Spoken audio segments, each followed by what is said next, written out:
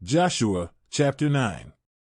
Now when all the kings west of the Jordan heard about these things, the kings in the hill country, in the western foothills, and along the entire coast of the Mediterranean Sea as far as Lebanon, the kings of the Hittites, Amorites, Canaanites, Perizzites, Hivites, and Jebusites, they came together to wage war against Joshua and Israel. However, when the people of Gibeon heard what Joshua had done to Jericho and Ai, they resorted to a ruse. They went as a delegation whose donkeys were loaded with worn-out sacks and old wineskins, cracked and mended. They put worn and patched sandals on their feet and wore old clothes. All the bread of their food supply was dry and moldy. Then they went to Joshua in the camp at Gilgal and said to him and the Israelites, "We have come from a distant country, make a treaty with us." The Israelites said to the Hivites, "But perhaps you live near us, so how can we make a treaty with you?" "We are your servants," they said to Joshua. But Joshua asked, "Who are you and where do you come from?" They answered, "Your servants have come from a very distant country because of the fame of the Lord your God. For we have heard reports of him, all that he did in Egypt, and all that he did to the two kings of the Amorites east of the Jordan, Sihon king of Heshbon, and Og king of Bashan, who reigned in Ashtaroth. And our elders and all those living in our country said to us, 'Take provisions for your journey, go and meet them and say to them, We are your servants, make a treaty with us.' This bread of ours was warm when we packed it at home on the day we left to come to you. But now see how dry and moldy it is. And these wineskins that we filled were new, but see how cracked they are. And our clothes and sandals are worn out by the very long journey." The Israelites sampled their provisions, but did not inquire of the Lord. Then Joshua made a treaty of peace with them to let them live, and the leaders of the assembly ratified it by oath. 3 days after they made the treaty with the Gibeonites, the Israelites heard that they were neighbors, living near them. So the Israelites set out and on the 3rd day came to their cities, Gibeon, Kephirah, Beeroth, and Kiriath-Jearim. But the Israelites did not attack them, because the leaders of the assembly had sworn an oath to them by the Lord, the God of Israel.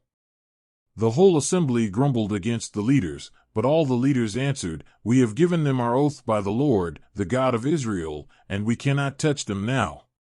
This is what we will do to them, we will let them live, so that God's wrath will not fall on us for breaking the oath we swore to them." They continued, "Let them live, but let them be woodcutters and water carriers in the service of the whole assembly." So the leaders' promise to them was kept.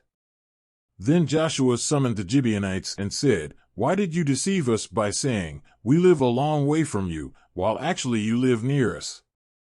You are now under a curse. You will never be released from service as woodcutters and water carriers for the house of my God." They answered Joshua, "Your servants were clearly told how the Lord your God had commanded his servant Moses to give you the whole land and to wipe out all its inhabitants from before you. So we feared for our lives because of you, and that is why we did this. We are now in your hands. Do to us whatever seems good and right to you." So Joshua saved them from the Israelites, and they did not kill them.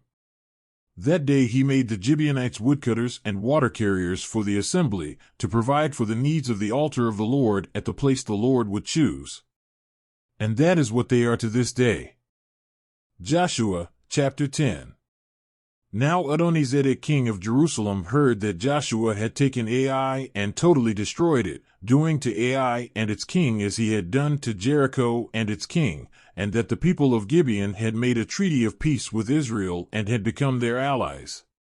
He and his people were very much alarmed at this, because Gibeon was an important city, like one of the royal cities. It was larger than Ai, and all its men were good fighters. So Adonizedek king of Jerusalem appealed to Hoam king of Hebron, Piram king of Jarmuth, Japhia king of Lachish, and Debir king of Eglon. "Come up and help me attack Gibeon," he said, "because it has made peace with Joshua and the Israelites." Then the 5 kings of the Amorites, the kings of Jerusalem, Hebron, Jarmuth, Lachish, and Eglon, joined forces. They moved up with all their troops and took up positions against Gibeon and attacked it. The Gibeonites then sent word to Joshua in the camp at Gilgal, "Do not abandon your servants. Come up to us quickly and save us. Help us, because all the Amorite kings from the hill country have joined forces against us." So Joshua marched up from Gilgal with his entire army, including all the best fighting men. The Lord said to Joshua, "Do not be afraid of them, I have given them into your hand. Not one of them will be able to withstand you." After an all-night march from Gilgal, Joshua took them by surprise. The Lord threw them into confusion before Israel, so Joshua and the Israelites defeated them completely at Gibeon. Israel pursued them along the road going up to Beth-horon and cut them down all the way to Azekah and Makkedah. As they fled before Israel on the road down from Beth-horon to Azekah, the Lord hurled large hailstones down on them, and more of them died from the hail than were killed by the swords of the Israelites. On the day the Lord gave the Amorites over to Israel, Joshua said to the Lord in the presence of Israel, "Sun, stand still over Gibeon. And you, moon, over the valley of Ajalon." So the sun stood still, and the moon stopped, till the nation avenged itself on its enemies. As it is written in the book of Jasher, the sun stopped in the middle of the sky and delayed going down about a full day. There has never been a day like it before or since, a day when the Lord listened to a human being. Surely the Lord was fighting for Israel. Then Joshua returned with all Israel to the camp at Gilgal. Now the 5 kings had fled and hidden in the cave at Makkedah. When Joshua was told that the 5 kings had been found hiding in the cave at Makkedah, he said, "Roll large rocks up to the mouth of the cave, and post some men there to guard it. But don't stop, pursue your enemies. Attack them from the rear, and don't let them reach their cities, for the Lord your God has given them into your hand." So Joshua and the Israelites defeated them completely, but a few survivors managed to reach their fortified cities. The whole army then returned safely to Joshua in the camp at Makkedah, and no one uttered a word against the Israelites.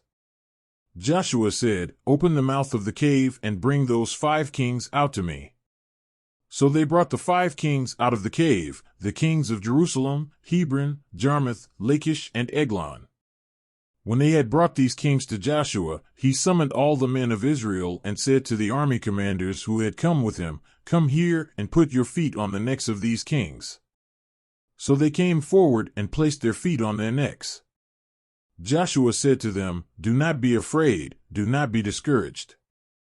Be strong and courageous. This is what the Lord will do to all the enemies you are going to fight." Then Joshua put the kings to death and exposed their bodies on 5 poles, and they were left hanging on the poles until evening.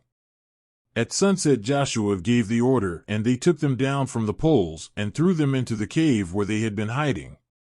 At the mouth of the cave they placed large rocks, which are there to this day. That day Joshua took Makkedah. He put the city and its king to the sword and totally destroyed everyone in it. He left no survivors. And he did to the king of Makkedah as he had done to the king of Jericho. Then Joshua and all Israel with him moved on from Makkedah to Libnah and attacked it. The Lord also gave that city and its king into Israel's hand. The city and everyone in it Joshua put to the sword. He left no survivors there. And he did to its king as he had done to the king of Jericho. Then Joshua and all Israel with him moved on from Libnah to Lachish. He took up positions against it and attacked it. The Lord gave Lachish into Israel's hands, and Joshua took it on the 2nd day.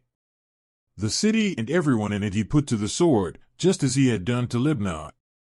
Meanwhile, Horam king of Gezer had come up to help Lachish, but Joshua defeated him and his army, until no survivors were left. Then Joshua and all Israel with him moved on from Lachish to Eglon. They took up positions against it and attacked it. They captured it that same day and put it to the sword and totally destroyed everyone in it, just as they had done to Lachish. Then Joshua and all Israel with him went up from Eglon to Hebron and attacked it. They took the city and put it to the sword, together with its king, its villages, and everyone in it. They left no survivors. Just as at Eglon, they totally destroyed it and everyone in it. Then Joshua and all Israel with him turned around and attacked Debir. They took the city, its king and its villages, and put them to the sword. Everyone in it they totally destroyed. They left no survivors. They did to Debir and its king as they had done to Libnah and its king and to Hebron.